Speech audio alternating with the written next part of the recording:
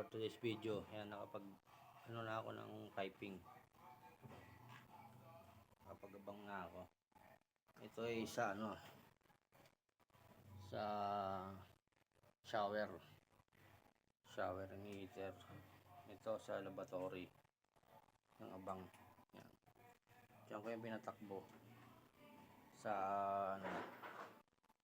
bowl. Dito ko pinalabas yan. Itong malaking pipe na to sa inidoro yan.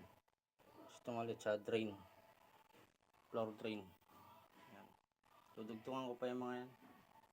Kasi dito yung bowl. Yan sa gitna yan.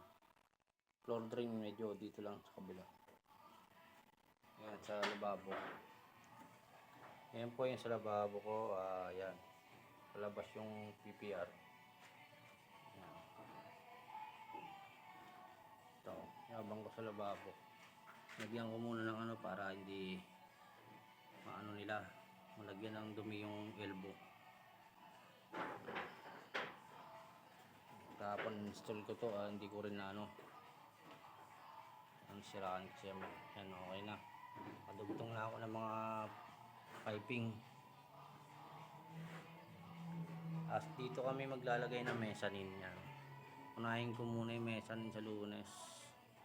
Sa Saturday ngayon, yan, kailangan makapag-ceiling na. Nagpa-plastering yung kasama ko.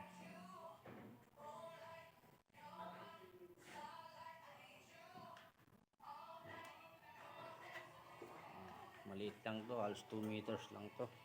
Lapad. Bali, siya, 24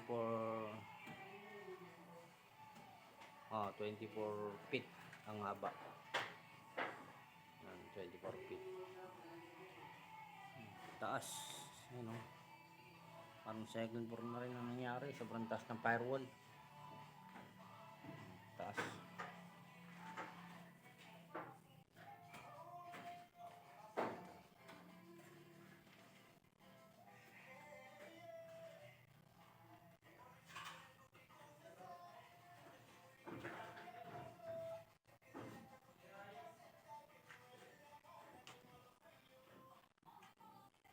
So in the video pakikita ko sa inyo yung finish na ito.